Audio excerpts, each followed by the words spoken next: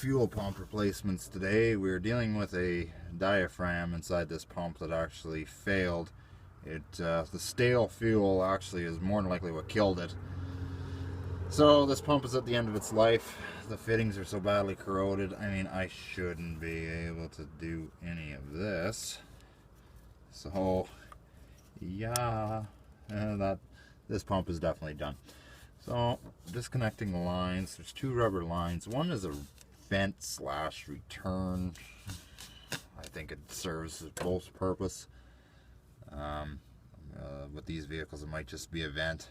This looks pretty dry rot. You might have that same scenario where the lines might be compromised as well. So you'll need a flare nut wrench to disconnect this. And there's two bolts on the bottom. There's a gasket in here between the housing and the pump, and it is driven off the camshaft. So I'll show you the new pump and explain it further. Alright, so here's the new fuel pump. Basically it's got a long arm here. I think the Chevy small blocks, they had like a short arm. But anyway, the pump sits like this. There's a gasket that goes in between here, which is included in the kit, and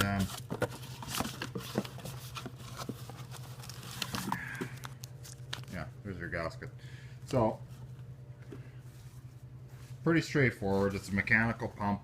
There's a spring inside the pump which makes the arm come back, so when the camshaft hits a certain point, it triggers like an arm which powers this to go up.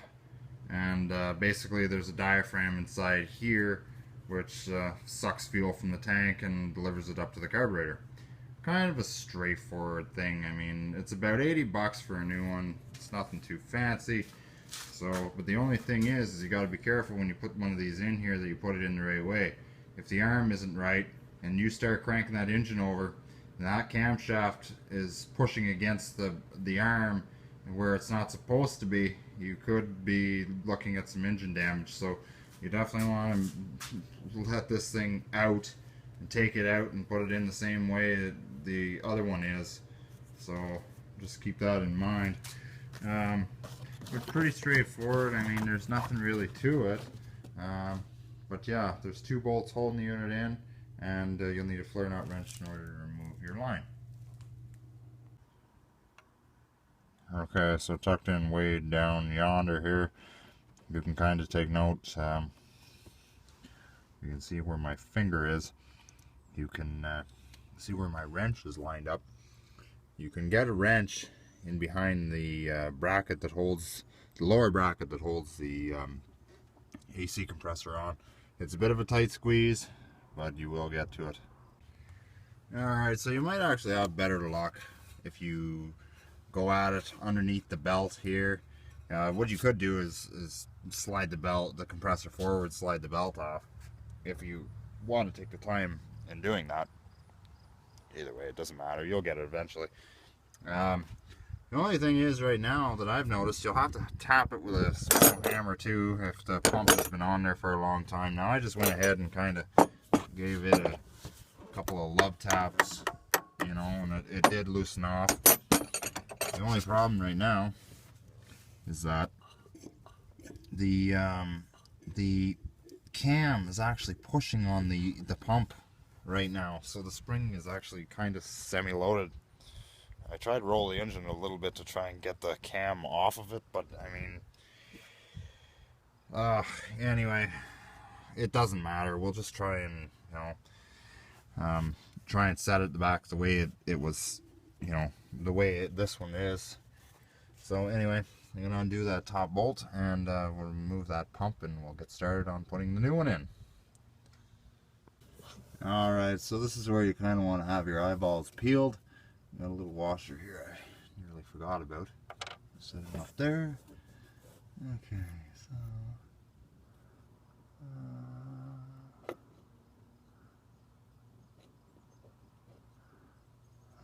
okay.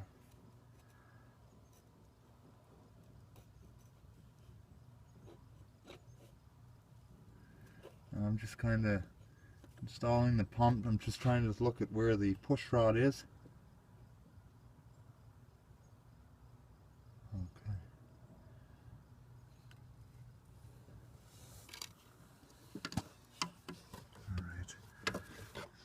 to make sure. Ooh.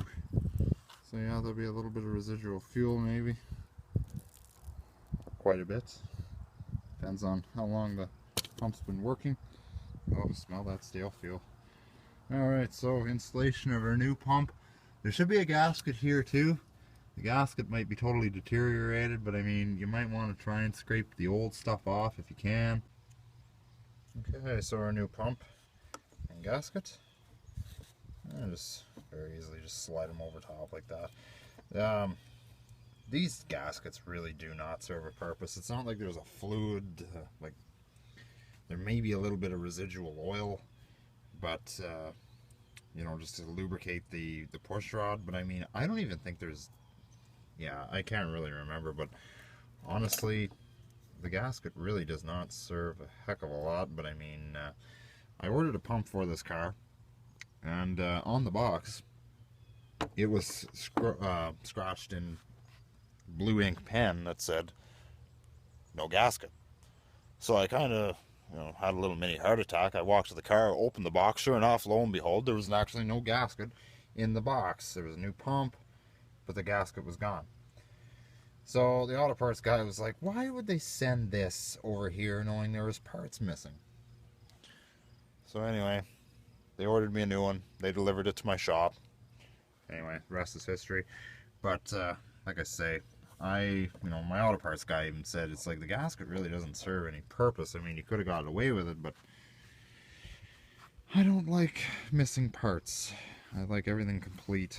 I mean, some things you can get away with, but I guess you could get away with this. But in this instance, I insisted on reordering. Maybe, I don't know, just a little fussy in certain areas. Anyway, so we're going to go ahead and install this and make sure that the push rod and the cam meet up properly.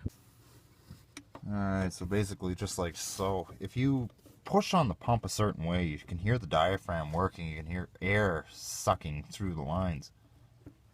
So I do believe we have this pump in here, because you can't get a visual, so you kind of got to just feel it and make, you know, kind of hope that it's in there properly. So, you know, if you have reason to believe that it's not in there properly, don't try starting the car, or you're going to create a lot of problems for yourself. So on the first starting attempt, just maybe turn the key quick, and if you hear any weird noises, you might want to just back off and double check things. Not something you want to be messing with here. Alright, so one way to kind of figure out if the pump is actually installed properly, if the old pump was giving you a bit of resistance, and you could move the pump back and forth or up and down, and you could hear air, well, when you install your new pump, as long as the engine doesn't turn, so don't try and turn it while the pump is out, as long as the engine didn't turn, your new pump should give you the exact same resistance as the old one did. So I am basically looking at this, and I have basically very little threads. Now, very tight to see down there, but I have very little threads for my top bolt. But we can give note that it's giving me a whack of resistance, and I'm going to have to push up on the pump quite tremendously in order to get my nut started on the top. So in other words, this pump is installed correctly. It's giving me the same resistance the old one, and you could use that rule of thumb too when you're installing one of these, as if it's giving you the same feel that the old pump did, then you definitely have it installed correctly. If it's not, you might want to take a look at it. Alright, with the top nut installed, we'll go ahead and install our lower, which is usually a little easier to gain access. It still can be quite tricky nonetheless. Now, if you find that nut, that bottom bolt rather, giving you a bit of difficulty, you might not have your pump lined up properly. So just maneuver the pump either to the left or to the right. Just grasp the bottom bowl there, and just turn it to the left or to the right so you can get your bolt lined up. Next, install your fuel lines accordingly.